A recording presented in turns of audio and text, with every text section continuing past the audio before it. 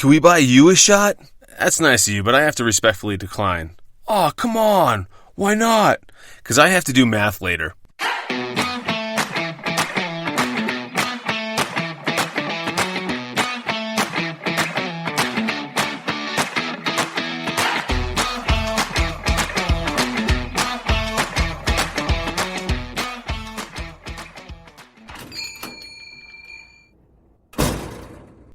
What can I get you, drunk? Welcome to episode 18 of Cocktails and Wasted Nights. I'm your host, Greg. I've been working as a bartender for over 20 years, and over those years, I've seen a lot. My goal here is to share some of those high and low lights with you. Quick warning, this podcast contains sex, drugs, and some language that isn't suitable for anyone under 21 years of age, so you gotta have some ID. Folks, this episode is going to be a little different. Instead of me telling you a story, I decided to do another interview. This time with Jesse the Manimal, who you may remember from episode 1, the night I fell off the bar. If you haven't heard that one yet, please go back and listen for context. Jesse is a bombastic Bostonian blowhard, and as such, it was tough to keep him on topic. Besides that being a personality trait, he was also drinking vodka and White Claws. I think he's watching his weight. Balloon. Jesse is one of my best friends and has been for 23 years. It was he and my other dear friend Scotty who rescued me and made my escape from LA possible. I was Jesse's barback and eventual co-bartender in Boston back in the late 90s, and what follows are fragments and general corroborations of several shenanigans, some of which I pretend to remember. This call was a long one, so I've divided it into 2 parts. I will be interjecting here and there to try to wrap up loose ends and generally further explain certain story elements. Okay, before we get started, we'll both need a drink. Usually I do a recipe of an actual cocktail, but for this one, it's simple. It's Jesse's typical drink of choice. You'll need a shot of Grand Marnier and a Miller High Life, the champagne of beers, because Jesse's a classy bitch. Technically, this was a menu item known as the Jesse at the Boston industry haunt Silvertone, so technically, we're still keeping format. Okay, so without further ado, my call with Jesse. Yo. What's up, Are we dude? officially being recorded? No, not yet. No, absolutely. Don't fucking lie to me. I I just don't want to get divorced. Yes, someone married Jesse. Her name's Katie, and she's a saint. I mean, she'd have to be, right? No, you're good. It's recorded, Yeah. but the other part's up to you. This is going to end fucking well. Yeah. Listen, Jamie. I'll just call you Jamie the whole Yeah, no, you can call me Jesse. No one, everyone's going to know what the fuck we're talking about, so it doesn't matter. Everyone knows you as the Manimal from previous episodes. So. Yeah, well, guess what? You're kind of a character. Fucking secrets out of the bed. Yeah. Meow. I'm all tuned up on cheap vodka and White Claws, so let's go. Are you mixing the vodka with the White Claws? That's the move. No, I decided that it's easier just to drink the vodka and then chase it with White Claws. Yeah, instead of just like make the cocktail. Like Yeah, when you do like a vodka soda, use the vodka. why bother fucking, why make an extra step for yourself? Like just, drink Yeah. fucking vodka and the White Claw. What is equally as horrifying is that I'm drinking $3 vodka mixed with White Claws. I was just going to ask you what the kind of vodka was. Like, what is it? You can't even pronounce it. Is it Kamchita? Is it in a plastic bottle? No, it is in a plastic bottle. Oh my God, we're there. Yeah, I drink vodka that's so cheap it comes in 4 different sizes. Like it comes in a half pint, a pint, a liter, and like a bar bottle, and then a handle. It's on the hopeless alcoholic shelf at the package store. It's like how much of a disgusting drunk do you want to be? Like take a How much change did you get today, size? Yeah, exactly. And you know what's bad is when you go to the liquor store and the fucking Mexican lady goes, "See you tomorrow," instead of goodbye. Oh, yeah. Man. At 46 years old with 3 kids, I get "see you tomorrow" instead of "goodbye, thank you, sir." Father of the Year. Self-proclaimed, by the way. And it could just be like a cultural thing too. It's more of a friendly, positive. Yeah, it's the same thing. What fucking difference does it make? Like, all right, I'll see you. I'll just go to the other liquor store so I don't see you tomorrow. It's like, are you working? What's your schedule? Yeah, it's like, yeah. Well, I tell you what, I won't see you tomorrow. I'll just go to the liquor store down the street, so I won't see you until fucking Wednesday. So what are we talking about? Doesn't matter. I mean, my mom's listening to the episodes at this point, dude.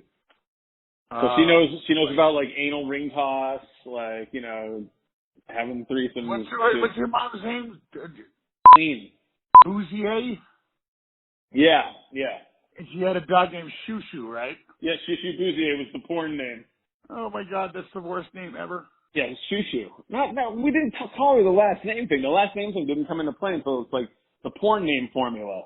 You realize that was like the first thing you ever told me at the Wonder Bar was. This is Jesse inventing things. Why would the opening gambit of a conversation with a stranger be about my porn name? This is a baseless and idiotic claim. So-and-so, and she has a dog named Shoo Shoo Bouzier. No, it's not. It's impossible. That had to come up years later. No. It was like a point of fucking pride for you. No, dude, no. Because wasn't the first thing all about like I looked like I was in the Matrix or something like that when you met me? All right, let's go over the Wonder Bar. Let's start there. All right, so for everyone listening at home, I just got to tell them like I grew up in a small town where I was like fucking shoveling driveways and I was landscaping. And I got accepted to Emerson in Boston, and I needed a job because I wasn't rich, so I had to pay rent at an apartment and pay my tuition. And the only thing I could think of was working in a bar. So Wonder Bar was like my first thing. So I applied at this place. Go ahead, Wonder Bar. Okay, I have to add this here. Wonder Bar was the spot to go to in Allston. It was equidistant from BU and Boston College, so there was plenty of talent in there nightly. As a matter of fact, the first night I was working, I was bussing, and the boss, Vince, came in. Said, who are you? I'm Greg. I'm the new busser. Well, I didn't hire you, so we'll see how it goes. That was my introduction into the bar biz. Okay, back to the story.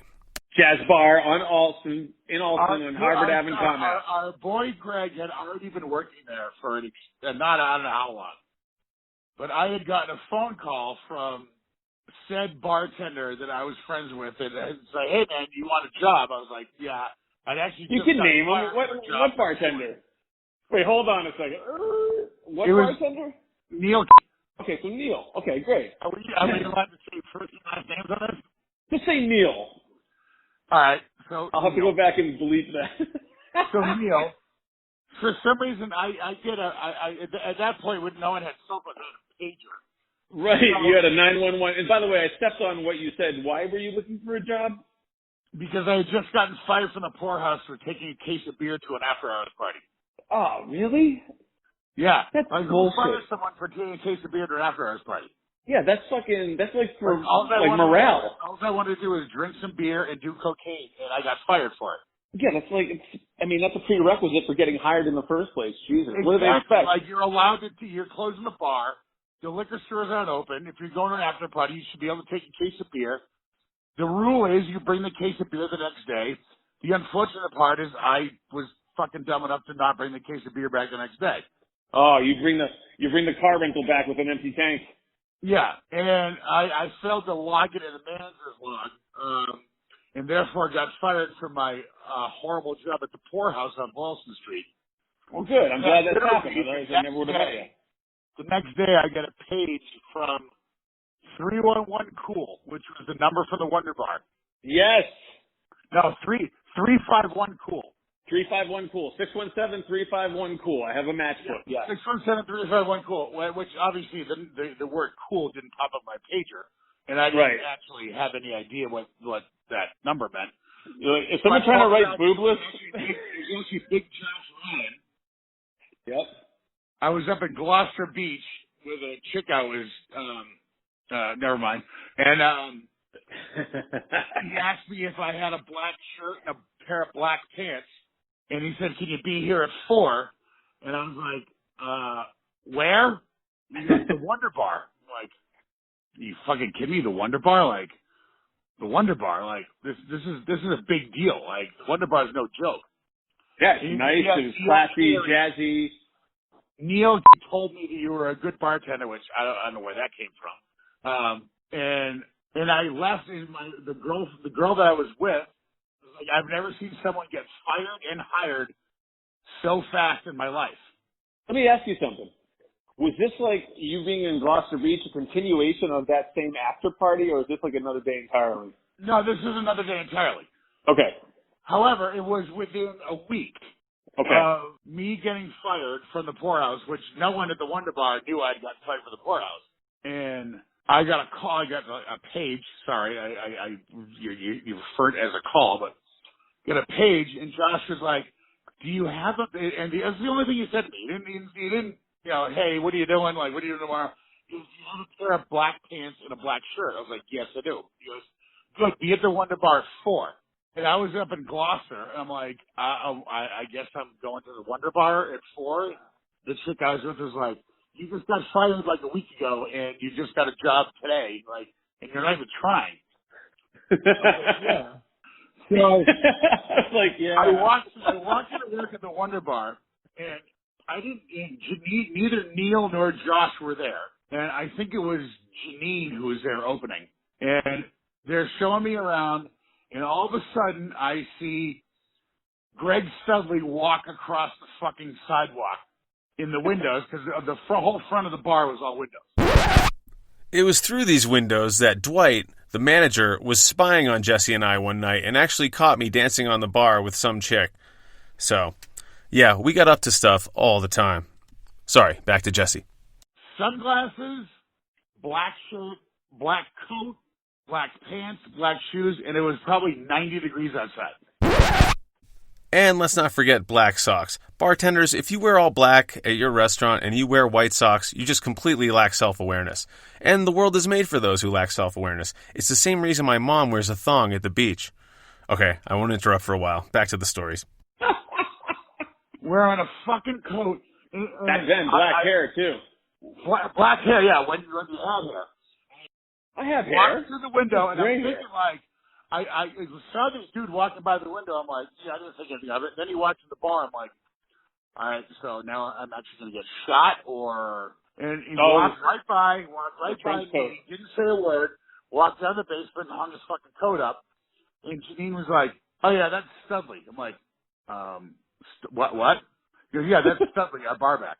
I was like, his name is Studley, or we just call him Studley? He goes, no, his name is Greg Studley. I'm like, so we're Greg Studley? He's like, yeah, Greg Studley. Like, that's Greg Studley. And you come up and you had a bucket of ice in your hand and you were pissed and you walked by me and you literally pushed me aside and was like, what's up, man? And just walked by, dumped the bucket of ice in the fucking ice well. And then went along and started fucking sucking the bar. Yep. Sounds about right.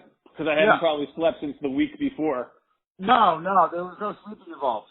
That's hilarious.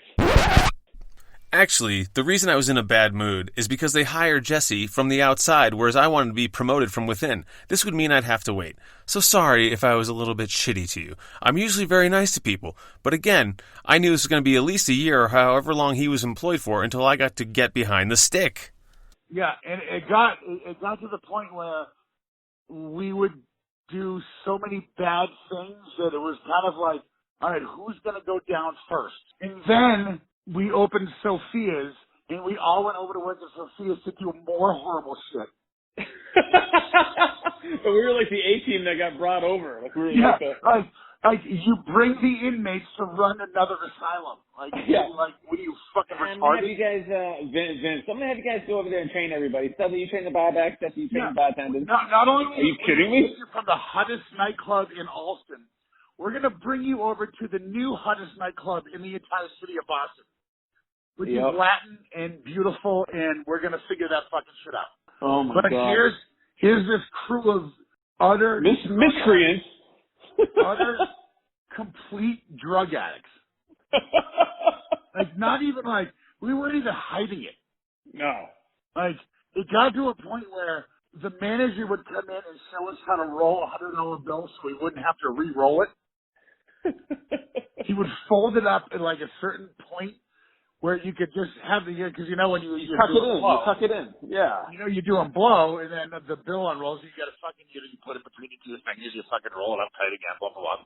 Like, the general manager came up and showed us how to fold the fucking bill up so we wouldn't have to re-roll it while we're doing blow. Dude, I remember when you were getting, talking to by Javier, which was like the guy from episode 1 when I fell off the bar, who saw me fall off the bar. And I remember walking by you guys. 100% my fault. 100%. Here, take this. Don't do anything stupid. Yeah, here, take this. Don't do anything stupid.